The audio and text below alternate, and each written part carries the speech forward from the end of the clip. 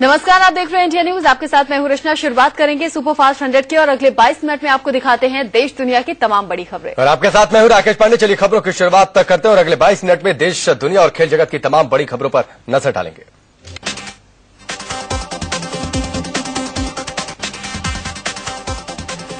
बात सबसे पहले करेंगे वैष्णो देवी जाने वाले श्रद्धालुओं को आज मिलने वाली है सौगात।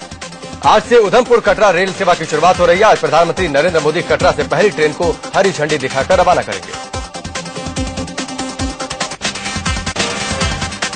त्रिकुटा पहाड़ियों पर बना ये स्टेशन श्री माता वैष्णो देवी कटरा स्टेशन कहलाएगा। स्टेशन पर 3 प्लेटफॉर्म होंगे। लगभग 1131.75 करोड़ रुपए की लागत से बनी इस लाइन से कटरा से उधमपुर जाने में 30 मिनट लगेंगे। इस दुर्गम लाइन पर 7 सुरंगें और 30 छोटे बड़े पुल हैं। उधमपुर और कटरा के बीच एक छोटा स्टेशन चक्राखवाल भी पड़ेगा। जम्मू उधमपुर के बीच 53 किलोमीटर लंबी लाइन पहले ही शुरू हो चुकी है। उधमपुर कटरा लाइन शुरू हो जाने से अब सीधे कटरा तक पहुंचा जा सकेगा। कटरा रेल लाइन शुरू हो जाने से वैष्णो देवी जाने वाले श्रद्धालु अब ट्रेन से सीधे ही कटरा तक पहुंच सकते हैं। अभी तक लोगों को उधमपुर या फिर जम्मू स्टेशन पर ही उतरना पड़ता है और यहां से वो कटरा तक के लिए गाड़ी करते हैं। पीएम नरेंद्र मोदी सुबह 9:30 बजे जम्मू पहुंचेंगे। राज्यपाल और सीएम मोदी का स्वागत करेंगे। जम्मू से हेलीकॉप्टर के जरिए पीएम, रेल मंत्री, राज्यपाल, सीएम और उनके साथ की टीम कटरा पहुंचेगी। सभी लोग तकरीबन 9:45 बजे तक कटरा पहुंचेंगे। करीब 10 बजे मोदी प्लेटफॉर्म पर ट्रेन को हरी झंडी दिखाएंगे। इसके बाद मोदी जनता को संबोधित करेंगे। कटरा के बाद मोदी वापस जम्मू लौट जाएंगे, जहां से वो श्रीनगर की तरफ रवाना होंगे। पीएम श्रीनगर करीब सुबह 11:30 बजे पहुंचेंगे। यहां वो आर्मी और अन्य सिक्योरिटी ऑफिसर्स के साथ बैठक कर सुरक्षा की समीक्षा करेंगे। बैठक के बाद राजभवन में चीफ मिनिस्टर और राज्यपाल के साथ भी बैठक होगी। साथ में लंच करने का भी कार्यक्रम है। लंच के बाद पीएम नरेंद्र मोदी उरी पन्ना बिजली परियोजना उरी 2 का उद्घाटन करेंगे। वहां से श्रीनगर वापस आएंगे और तकरीबन शाम 5:45 पर दिल्ली के लिए रवाना हो जाएंगे।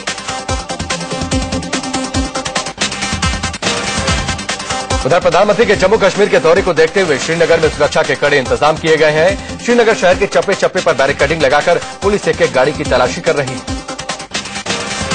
प्रधानमंत्री नरेंद्र मोदी के जम्मू दौरे से ठीक पहले सेना ने आतंकियों के एक बड़े घुसपैठ को नाकाम कर दिया। पुंछ के मेंढर सेक्टर में कृष्णा घाटी के पास घुसपैठ कर रहे आतंकियों को सेना ने मुंहतोड़ जवाब दिया। कृष्णा घाटी में सीमा पार से कुछ आतंकियों को घुसपैठ करते आर्मी के जवानों ने देखा। इसके बाद फायरिंग की गई। मुठभेड़ काफी देर तक हुई। सेना की फायरिंग में 3 आतंकियों के ढेर होने की खबर है। उधर आतंकियों की घुसपैठ की नाकाम कोशिश के बाद जम्मू में एहतियातन सुरक्षा कड़ी कर दी गई है। चप्पे चप्पे पर तलाशी अभियान भी चलाया जा रहा है। हर आने जाने वाले पर कड़ी नजर रखी जा रही है। पीएम नरेंद्र मोदी के दौरे से पहले पाकिस्तान ने एक बार फिर से विवादित बयान दिया है। पाकिस्तान ने जम्मू कश्मीर को भारत का हिस्सा मानने से इनकार किया।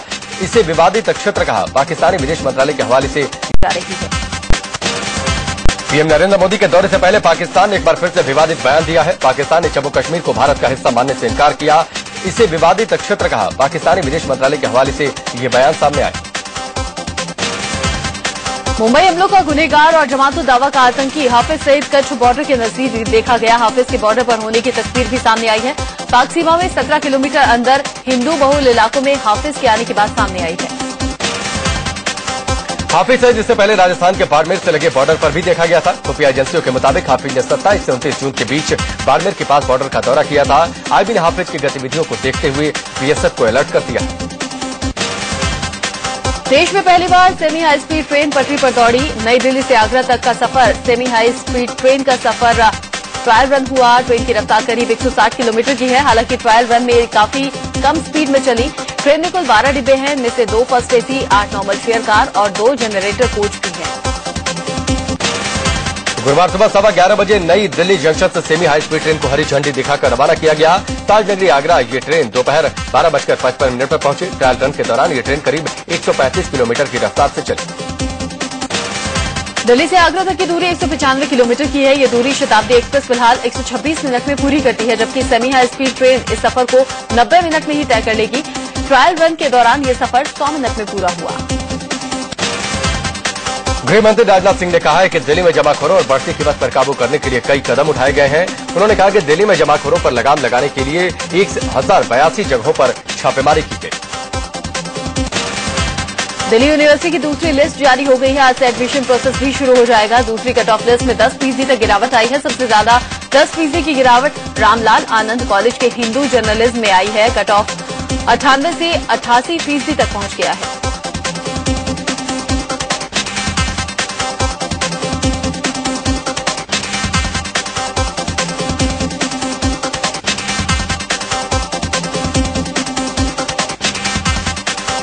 तो डीयू की दूसरी कट ऑफ लिस्ट जारी हो गई है। कट ऑफ में 10% तक की गिरावट देखने को मिली है और साथ ही कई जगहों पर सीटें फुल भी हो गई। तो दिल्ली यूनिवर्सिटी की दूसरी लिस्ट जारी हो गई है और आज से ही एडमिशन की प्रक्रिया शुरू भी हो जाएगी। सहारा प्रमुख सुब्रत रॉय की अर्जी पर सुप्रीम कोर्ट में आज सुनवाई होगी। रॉय ने 40 दिनों की सशर्त रिहाई की मांग की है। देनदारी देने के लिए वो रिहाई की मांग कर रहे हैं। सुब्रत रॉय ने अर्जी में कहा है कि उन्हें विदेश की संपत्तियां बेचने के लिए समय चाहिए। दरअसल सुप्रीम कोर्ट ने पहले ही कह रखा था कि जब तक 5 करोड़ कैश और 5 करोड़ की बैंक गारंटी नहीं मिलेगी, सुब्रत को रिहा नहीं किया जाएगा। सहारा के खिलाफ इनकम टैक्स विभाग ने सुप्रीम कोर्ट में एक अर्जी लगाकर 7,000 करोड़ टीडीएस की मांग की है। आईटी ने कहा कि सहारा ने जितने पैसे निवेशकों को चुकाने का दावा किया है, उसका टीडीएस 7,000 करोड़ बनता है। दिल्ली में राष्ट्रपति शासन लगाने के खिलाफ आपने सुप्रीम कोर्ट में याचिका दायर की है, जिस पर आज सुनवाई होगी। आपने अपनी याचिका में दिल्ली से राष्ट्रपति शासन हटाने के साथ ही जल्द चुनाव कराने की भी मांग की है। वहीं दिल्ली में सरकार बनाने के मुद्दे पर कांग्रेस और बीजेपी कोर्ट के सामने आज अपना रुख साफ कर सकती है। दिल्ली में सरकार बनाने को लेकर फिलहाल किसी भी पार्टी के पास बहुमत नहीं। आम आदमी पार्टी के संयोजक अरविंद केजरीवाल ने राष्ट्रपति प्रणब मुखर्जी से मुलाकात कर दिल्ली में चुनाव कराने की मांग की है। केजरीवाल ने विधानसभा भंग करने की मांग करते हुए कहा कि सरकार बनाने की सभी संभावनाएं खत्म हो चुकी हैं और अब चुनाव भी एकमात्र रास्ता बचा है। अरविंद केजरीवाल के साथ आम आदमी पार्टी के 25 विधायक भी राष्ट्रपति से मिले। केजरीवाल ने आरोप लगाया कि बीजेपी उनके विधायकों को खरीदने की कोशिश कर रही है। उनके विधायक पैसे के लालच में नहीं आए तो अब उन्हें और उनके परिवार को जान से मारने की धमकी दी गई। दिल्ली के सियासी हालात पर उपराज्यपाल अजीत जंग ने गृह मंत्री राजनाथ सिंह से मुलाकात की। सूत्रों के मुताबिक दोनों के बीच में दिल्ली में सरकार बनाने की संभावना या फिर से चुनाव कराने पर चर्चा हुई। एक आरटीआई से खुलासा हुआ है कि शीला दीक्षित जब दिल्ली की मुख्यमंत्री थी तो उनके आधिकारिक आवास में 31 एसी लगे थे। ये भी बताया गया है कि शीला के 3 मोतीलाल नेहरू मार्ग स्थित आवास पर 15 desert cooler, 25 seater, 16 air purifier, 12 geyser और दूसरे इलेक्ट्रॉनिक उपकरण लगे थे। केंद्रीय लोक निर्माण विभाग ने कहा कि तत्कालीन मुख्यमंत्री की जरूरतों के मुताबिक उनके बंगले में इलेक्ट्रिक मॉडिफिकेशन पर 16,81,000 रुपए खर्च हुए थे। ये घर अब पूर्व प्रधानमंत्री मनमोहन सिंह को आवंटित कर दिया गया है। गौरतलब है कि खाद्य सुरक्षा कानून को देश के 25 राज्यों में 4 जुलाई तक लागू होना था, लेकिन कई राज्यों में इस कानून के दायरे में आने वाले लोगों की पहचान नहीं हो पाई है। इसलिए इसे लागू करने की समय सीमा 3 महीने बढ़ा दी गई। महंगाई पर किस तरह काबू पाया जाए, इसका हल ढूंढने के लिए आज केंद्रीय वित्त मंत्री अरुण जेटली राज्यों के खाद्य मंत्रियों के साथ बैठक करेंगे। जेटली की अध्यक्षता में हो रही इस बैठक में केंद्रीय खाद्य मंत्री रामविलास पासवान और कृषि मंत्री राधामोहन सिंह शामिल होंगे।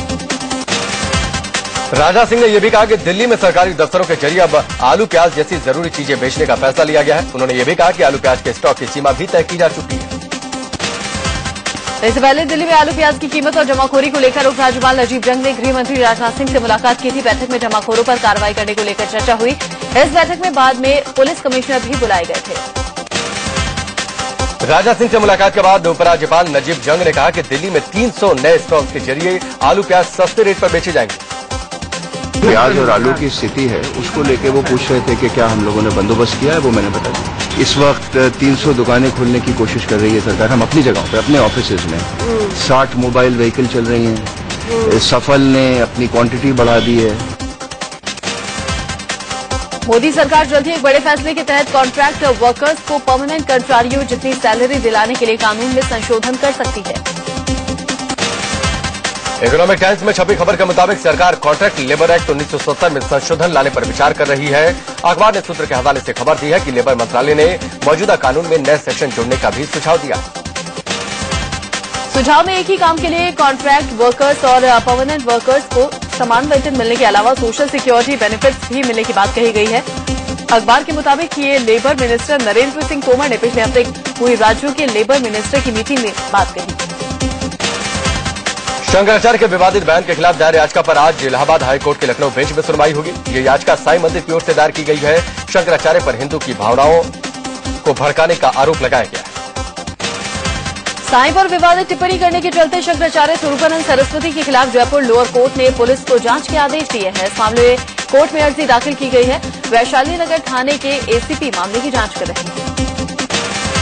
हरिद्वार के चित्रकूट अखंड आश्रम में संत समाज की बैठक में शंकराचार्य के समर्थन में संतों ने ऐलान किया कि अगर साईं भक्तों ने शंकराचार्य का विरोध करना बंद नहीं किया तो मंदिरों में लगी साईं की मूर्तियां तोड़ दी जाएंगी। इससे पहले साईं भक्तों ने शिरडी में हुई एक सभा में फैसला लिया कि अब शिरडी में शंकराचार्य के बयान के विरोध में भक्त कोई प्रदर्शन नहीं करेंगे। साथ ही देश के दूसरे हिस्सों में साईं भक्तों से अपील की गई कि साईं भक्त प्रदर्शन न करें। साईं बाबा शंकराचार्य विवाद मामले में कांग्रेस महासचिव दिग्विजय सिंह भी कूद पड़े हैं। उन्होंने शंकराचार्य स्वरूपानंद सरस्वती का समर्थन करते हुए कहा कि वो मेरे गुरु हैं, वो साईं पर जो कह रहे हैं वही सच है। अनुसूचित जाति आयोग के अध्यक्ष पीएल पुनिया ने साईं को लेकर शंकराचार्य के मत से असहमति जताई है। पुनिया ने कहा कि शंकराचार्य स्वामी स्वरूपानंद का मत कुछ भी हो सकता है, लेकिन धर्म व्यक्तिगत आस्था का मुद्दा है और इसे कोई बांध के नहीं रख सकता। महाराष्ट्र बीजेपी के अंदर शिवसेना से गठबंधन तोड़ने की मांग उठने लगी है। बीजेपी कार्यकारिणी की बैठक में पार्टी नेता मधु चौहान ने यह मांग उठाई। हालांकि उनकी मांग को पार्टी के बाकी नेताओं ने खारिज कर दिया। अमित शाह को Z+ सिक्योरिटी सुरक्षा देने के फैसले पर कांग्रेस ने सवाल खड़े कर दिए हैं। कांग्रेस प्रवक्ता राशिद दलदे ने कहा कि सरकार बताए कि आखिर अमित शाह को किससे खतरा है। भारतीय जनता पार्टी की सरकार है, जिसको चाहे वो जिस तरीके की सिक्योरिटी देना चाहे वो दे सकते हैं, लेकिन अमित शाह को किस लिए दिए ये बड़ा सवाल है और उनको किस तरीके का खतरा है कि Z+ उनको सिक्योरिटी दी जाए। उधर बीजेपी ने कांग्रेस पर पलटवार करते हुए कहा है कि कांग्रेस सुरक्षा पर सियासत न करे। बीजेपी नेता मुख्तार अब्बास नकवी ने कहा कि हमने कभी कांग्रेस नेताओं और उनके परिजनों की सिक्योरिटी पर सवाल नहीं उठाया। सुरक्षा पर सियासत नहीं होनी चाहिए। जो सुरक्षा पर सियासत कर रहे हैं उन्हें ये बात जानना चाहिए कि उनके तमाम नेताओं को, चाहे वो उनके दामाद हो, चाहे उनका परिवार हो, चाहे उनके परिवार का परिवार हो, उनको भी सुरक्षाएं बहुत मिली हैं। अब उस पर हमने कभी सवाल नहीं उठाया। व्यापम घोटाले के आरोप पर मुख्यमंत्री शिवराज सिंह चौहान ने कहा कि विपक्ष आरोप तो लगा रहा है, लेकिन मेरे जवाब सुनने को तैयार ही नहीं है। अरे अगर आपने आरोप लगाए हैं तो उत्तर सुनने की हिम्मत रखो। मैंने कहा मैं एक एक सवाल का जवाब देना चाहता हूं, लेकिन वो मुख्यमंत्री के उत्तर को नहीं सुन रहे।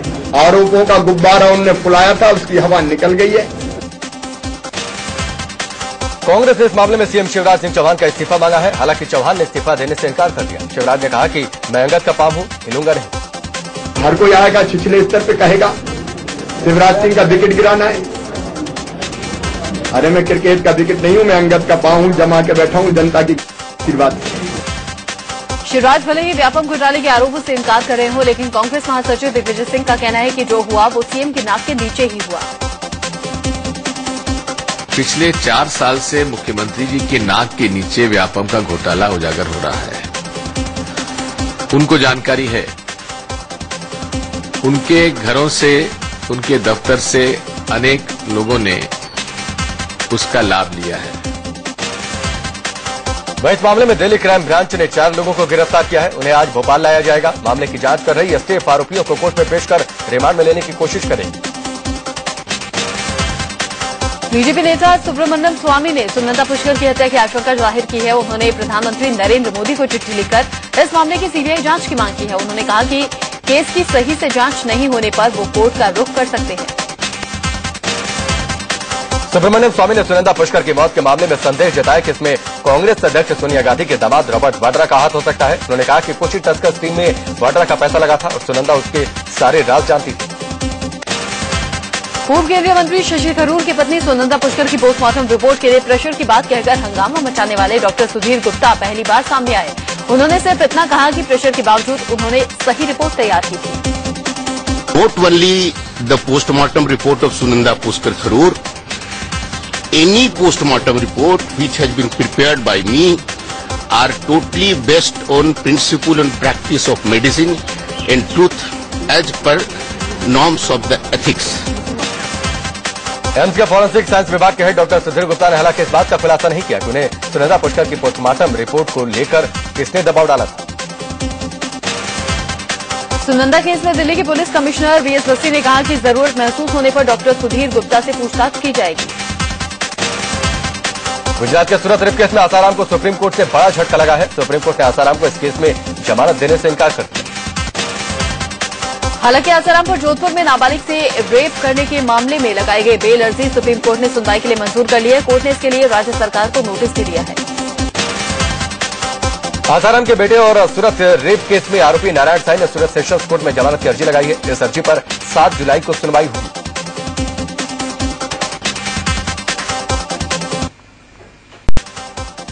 चलिए ब्रेक के बाद बाकी खबरों की एक बार फिर से शुरुआत करते हैं। एक्टर जिया खान की मौत की जांच सीबीआई करेगी। बॉम्बे हाईकोर्ट ने सीबीआई को इस केस की जांच करने को कहा है। कोर्ट ने कहा है कि सीबीआई पता करे कि यह आत्महत्या का मामला है या फिर हत्या का।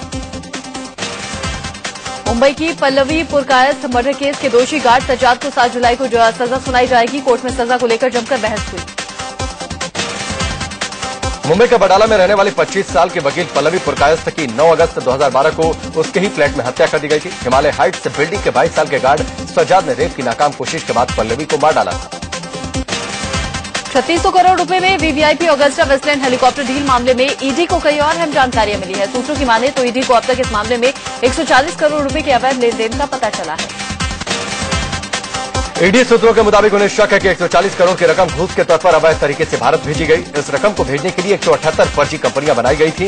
ये पैसे गैर कानूनी तरीके से मॉरिशस और ट्यूनीशिया से 7 भारतीय लोगों को और कई कंपनियों को भेजे गए। 2 खास देशों से भेजी गई इस 140 करोड़ की रकम का लाभ वैसे लोगों को दिया गया जो कहीं न कहीं 3600 करोड़ रुपए के इस सौदे से जुड़े हुए थे। पुणे के जर्मन बेकरी ब्लास्ट मामले में गिरफ्तार आतंकी जाहिद हुसैन को कोर्ट ने 16 जुलाई तक पुलिस रिमांड पर भेज दिया। चेन्नई में इमारत हादसे में मरने वालों की तादाद अब बढ़कर 61 हो गई है। तमिलनाडु के मुख्यमंत्री जयललिता ने पोरूर इमारत हादसे की जांच के लिए रिटायर्ड जज आर रघुपति की अध्यक्षता में एक सदस्यीय आयोग का गठन किया है। दिल्ली एनसीआर में मानसून की बारिश जारी है। दिल्ली में कल मानसून ने दस्तक दी थी। सूरत में गन्ना किसानों को दोहरी मार झेलनी पड़ रही है। एक तरफ मानसून देर कर रहा है तो दूसरी सिंचाई विभाग ने उकाई डैम से पानी की सप्लाई बंद करने का फैसला किया है। दिल्ली के करावल नगर में एक महिला की गला रेतकर हत्या कर दी गई। हत्या के बाद लूटपाट भी की गई। 35 साल की रीना अपनी बुआ के घर रहती थी। वारदात से पहले उसके पति और देवर मिलने आए थे। रीना का अपने पति से मनमुटाव चल रहा था। आरोप है कि दोनों ने चाकू से रीना का गला काट दिया।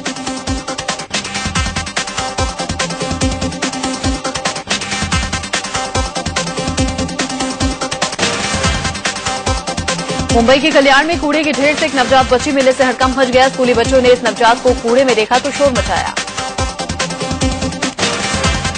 दिल्ली में सुल्तानपुर मेट्रो स्टेशन के पास रेड कार में एक शख्स की लाश मिलने से हड़कंप मच गया। मृतक की शिनाख्त नहीं हो पाई है। पुलिस मामले की जांच कर रही है। पूर्वी दिल्ली के राजकीय सर्वोदय कन्या विद्यालय में मिड डे मील खाने में 22 छात्राएं बीमार हो गई, जिन्हें लाल बहादुर शास्त्री अस्पताल में भर्ती करवाया गया। मेरठ में उगाही करने का विरोध करने पर एक दारोगा ने एक शख्स को सड़क पर लात घूंसों से जमकर पीटा। यह वाकया सीसीटीवी कैमरे में कैद हो गया।